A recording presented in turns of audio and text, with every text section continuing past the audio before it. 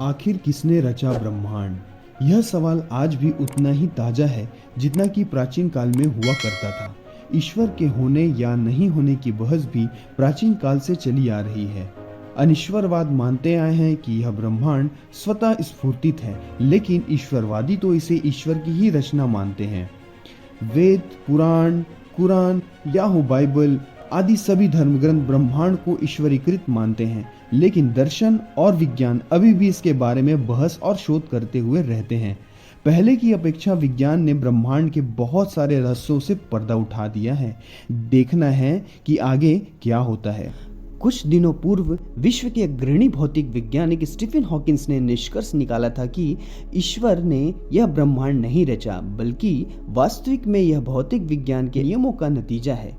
इस ताज़ा खोज के महत्व को स्पष्ट करते हुए स्पेस टेलीस्कोप साइंस इंस्टीट्यूट के ब्रूस मैरगो ने कहा कि ये बिल्कुल वैसा ही है कि आपको अपनी उम्र मालूम है, लेकिन इस बारे में आपके पास कोई सबूत नहीं है। कैसे हुई ब्रह्मांड की उत्पत्ति? धर्म तो सीधे सीधे ईश्वर को रचयिता मानकर छुटकारा पा लेता है। तो दोस्तों, अब हम देखते हैं ब्रह्मांड की उत्पत्ति विज्ञान की शोधों के आधार पर।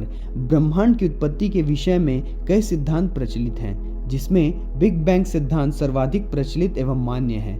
इसे विस्तारित ब्रह्मांड परिकल्पना भी कहा जाता है। इस सिद्धांत का प्रतिपादन जॉर्ज लैम्पेयर ने किया एवं विस्तारित ब्रह्मांड की परिकल्पना डॉपलर प्रभाव से भी की जा चुकी है। इस सिद्धांत के अनुसार ब्रह्मांड लगभग 13.7 अरब से लेकर 14 अरब वर्ष पूर्व भारी पदार्थों से निर्मित एक गोलाकार सूक्ष्म पिंड था, जिसका आयतन अत्यधिक सूक्ष्म और ताप व घनत्व अनंत था। बिग बैंग की प्रक्रिया में इसके अंदर महाविस्फोट हुआ और ब्रह्मांड की उत्पत्ति हुई।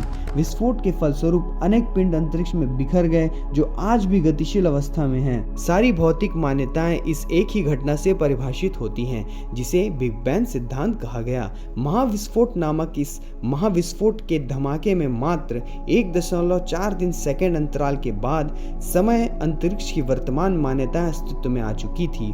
भौतिकी के नियम लागू होने लग गए थे। 1.34 सेकंड में ब्रह्मांड 10⁻13 गुना फैल चुका था और क्वार्क, लेप्टॉन और फोटॉन का गर्म द्रव बन चुका था। 1.4 सेकंड पर क्वार्क मिलकर प्रोटॉन और न्यूट्रॉन बनाने लगे और ब्रह्मांड अब कुछ ठंडा हो चुका था। हाइड्रोजन, हीलियम आदि के अस्तित्व का आरंभ होने लगा था और अन्य भौतिक तत्व भी बनने लगे थे। ब्रह्मांड का जन्म एक महाविस्फोट के परिणाम स्वरूप हुआ।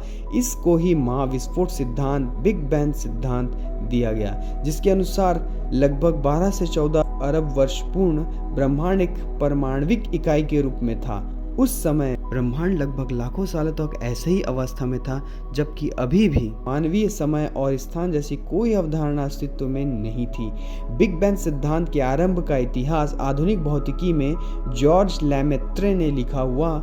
लेमेत्रे एक रोमन कैथोलिक पादरी थे और साथ ही वैज्ञानिक भी।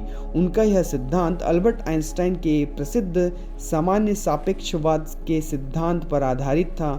यह एडविन हबल ने उन्होंने वर्ष 1929 में यह बताया कि सभी गैलेक्सी एक दूसरे से सिकुड़े रहते हैं। महाविस्फोट सिद्धांत दो मुख्य धारणाओं पर आधारित होता है। पहला भौतिकी नियम और दूसरा ब्रह्मांडीय सिद्धांत। 1964 में ब्रिटिश वैज्ञानिक पीटर हिग्स ने महाविस्फोट के बाद एक सेकंड के अरबवें भाग में ब्रह्मांड के द्रव्यों को मिलने वाले भार का सिद्धांत प्रतिपादित किया, जो भारतीय वैज्ञानिक सत्येंद्रनाथ बोस के बोसॉन सिद्धांत पर ही आधारित था। इसे बाद में हिग्स बोसॉन के नाम से जाना गया। इस सिद्धांत ने ही ब्रह्मांड की उत्पत्ति के रहस्यों से पर्दा उठाया, वहीं इसके स्वरूप को परिभाषित करने में भी मदद की। तो अभी हम ब्रह्मांड की उत्पत्ति अध्याय 1 को यहीं पे समाप्त करते हैं और अध्याय 2 के लिए वीडियो जल्द ही बनाएंगे और वीडियो अपने इस चैनल पे अपलोड करेंगे। वीडियो को लाइक कीजिए, चैनल को सब्सक्राइब कीजिए। ऐसे ही हम विज्ञान की खोजों को इस चैनल के माध्यम से आप तक पहुंचाते रहेंगे। धन्यवाद।